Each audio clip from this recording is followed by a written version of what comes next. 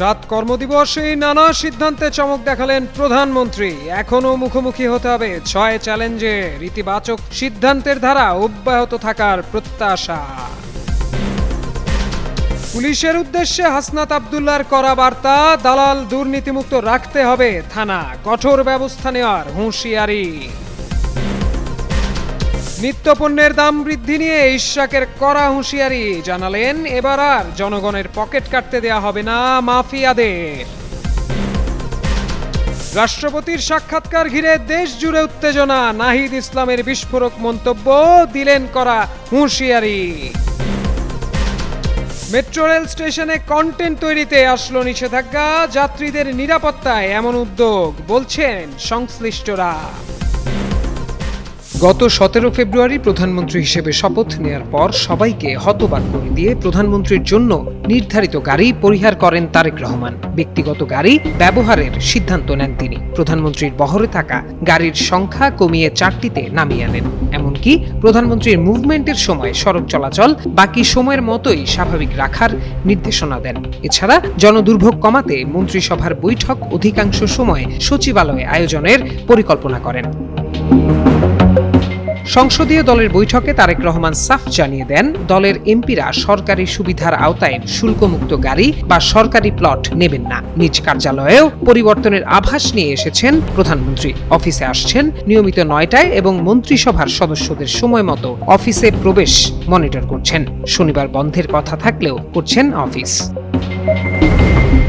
19 বছর আগের পরিচিত এক কর্মচারীকে দেখে কাছে ডেকে নেওয়ার বিষয়টিও উদাহরণ হচ্ছে তারেক রহমানের মানবিক উদ্যোগের। এছাড়াও মঙ্গলবার অপহৃত এক স্কুল ছাত্রকে 1 ঘন্টায় উদ্ধার করার বিষয়টিও জনমনে স্বস্তির বার্তা দিচ্ছে।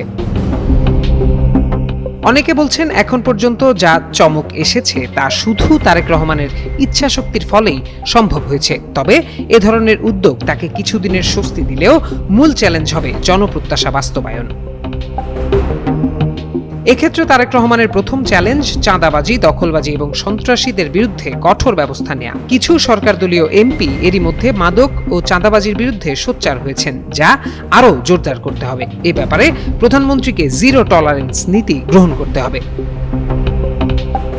এদিকে দ্রব্যমূল্য নিয়ন্ত্রণ, সিন্ডিকেট ভাঙা এবং মুদ্রাস্ফীতি কমানো সরকারের জন্য বড় চ্যালেঞ্জ। যে সরকারি আসুক, সিন্ডিকেট ব্যবস্থায় পরিবর্তন কেউ আনতে পারেনি। জনতার প্রত্যাশা, প্রধানমন্ত্রীর নেতৃত্বে এবার এসব কঠিন কাজ সফলভাবে সম্পন্ন হবে। অন্যদিকে নির্বাচন কমিশন, দুর্নীতি দমন কমিশন এবং অন্যান্য কমিশনগুলোর স্বাধীনতা নিশ্চিত করতে হবে, যাতে তারা সরকারের হস্তক্ষেপ ছাড়াই কাজ করতে পারে।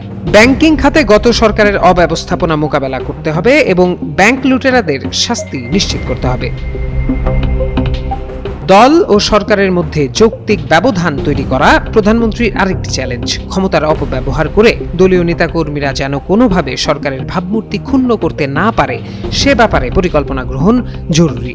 এছাড়া সাংবাদিক ইউনিয়ন গঠন এবং গুরুত্বপূর্ণ পেশাগুলোকে দলীয় প্রভাব থেকে মুক্ত করার উদ্যোগ নেওয়াও সময়ের দাবি। এক্ষেত্রে তারেক রহমানকে সজাগ নজর রাখতে হবে। সাধারণ মানুষের এসব প্রত্যাশা পূরণে বেশিরভাগ ক্ষেত্রে অর্থের চেয়ে প্রধানমন্ত্রীর ইচ্ছাশক্তি মূল ভূমিকা রাখবে। প্রত্যয় দাস, যুগান্তর নিউজ। সংসদ সদস্য হওয়ার পর এলাকায় যেতে না যেতে চাঁদাবাজদের সতর্ক করে বার্তা দেন হাসনাত আব্দুল্লাহ। এবার পুলিশকে কড়া নির্দেশনা দিলেন তিনি। কুমিল্লার দেবিদ্বার উপজেলায় আইনশৃঙ্খলা কমিটির সভায় তিনি এই নির্দেশনা দেন। দেবিদ্বার থানার ভারপ্রাপ্ত কর্মকর্তাকে উদ্দেশ্য করে হাসনাত বলেন, আপনার থানা আপনি চালান না, আপনার থানা চালাই দালাল। কোনো দালাল নয়, আপনার থানা আপনাকে চালাতে হবে।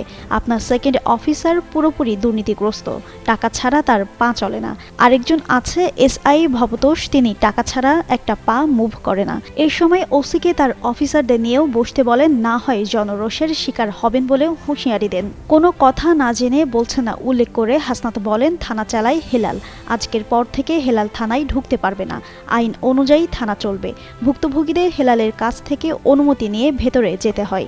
কোনো মামলা রুজু হবে কোনটা হবে না সেটাও তার মৌখিক নির্দেশনা থাকে।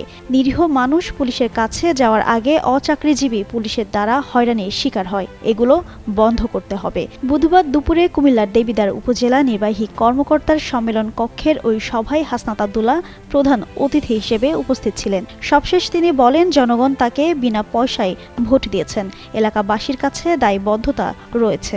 মুক্তিযুদ্ধ বিষয়ক মন্ত্রণালয়ের প্রতিমন্ত্রী ইশরাক হোসেন বলেছেন, কর্পোরেট মাফিয়ারা এখনো বহাল রয়েছে। তবে অতীতে যেভাবে বাজার সিন্ডিকেট করে রমজানে নিত্যপণ্যের দাম বাড়ানো হয়েছে, সেভাবে এবার আর জনগণের পকেট কাটতে দেয়া হবে না। পুরান ঢাকার মৌলভীবাজার আর বাদামতলীতে বুধবার ভোক্তা অধিকার ও স্থানীয় প্রশাসনকে সাথে নিয়ে অভিযান চালানোর সময় একথা বলেন তিনি। ইশরাক হোসেন বলেন, একজন জনপ্রতিনিধি হিসেবেই এই অভিযানে এসেছেন তিনি।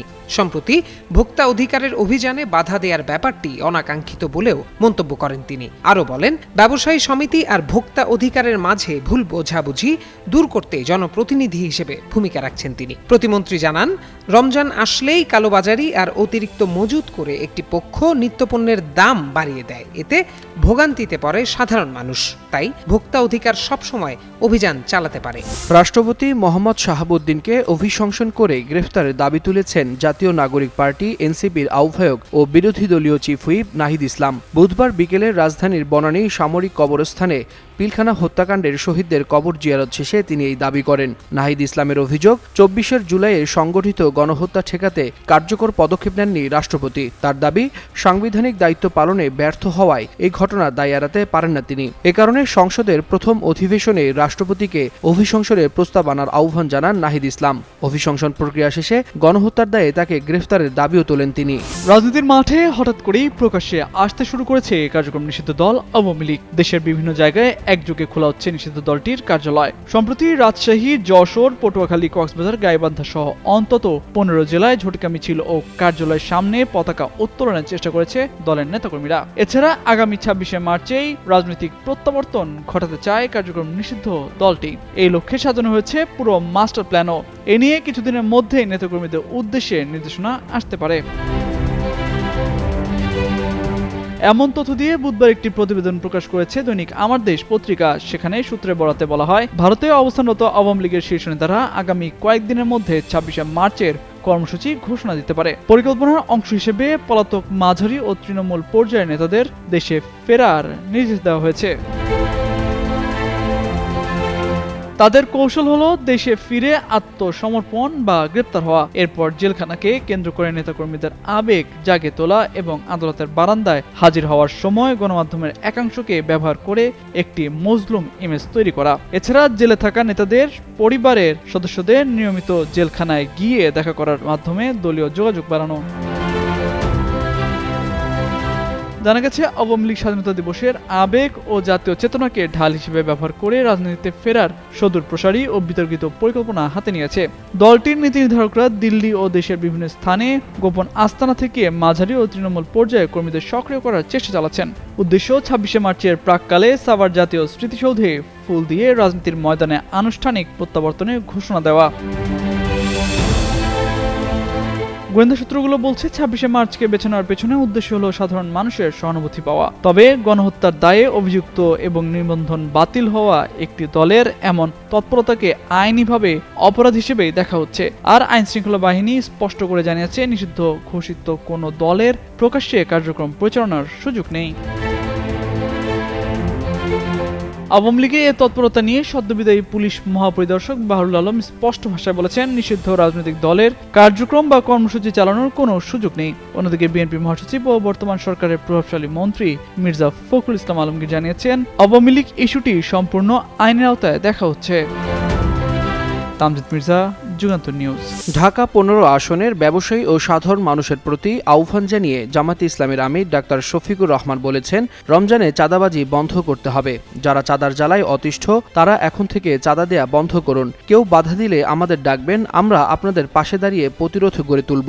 বুধবার রাজধানীর মণিপুর উচ্চ বিদ্যালয়ে বিশিষ্ট ব্যক্তিবর্গের সম্মানে আয়োজিত এক ইফতার মাহফিলে প্রধান অতিথির বক্তব্যে তিনি এই কথা বলেন। এ সময় নির্বাচনে ব্যাপক কারচুপির অভিযোগ তুলে জামায়াতের আমির বলেন, বর্তমান ক্ষমতাসীন দল বিএনপি সংখ্যাগরিষ্ঠ মানুষের ভালোবাসা ও ভোট পেয়ে ক্ষমতায় আসেনি। বিভিন্ন কায়দায় ও ইঞ্জিনিয়ারিং করে সেই ভোট নেওয়া হয়েছে। বিগত নির্বাচনের ফলাফল বিশ্লেষণ করে জামায়াতের আমির বলেন, স্বাধীনতার 54 বছরে মানুষ অনেক পালাবদল ও আদর্শ দেখেছে, কিন্তু ইসলামী আদর্শের সরকার গঠন হতে দেখেনি। এবার মানুষের বড় আকাঙ্ক্ষা ছিল পরিবর্তন, বিশেষ করে যুব সমাজ তা চেয়েছিল। আমাদের সংস্কার ও পরিবর্তনের ডাকে 69% মানুষ হ্যাঁ ভোট দিয়েছে। এটাই প্রমাণ করে মানুষ পরিবর্তন চেয়েছে। নির্বাচনী অনিয়মের বর্ণনা দিতে গিয়ে ডাক্তার শফিকুর রহমান বলেন, ইঞ্জিনিয়ারিং করে, কায়দা করে এবং ইলেকট্রিসিটি বন্ধ করে নয়-ছয় করা হয়েছে। দেশের বহু জায়গায় আমাদের এজেন্টদের কেন্দ্র থেকে বের করে দেওয়া হয়েছে বলে অভিযোগ করেন জামায়াতের আমির।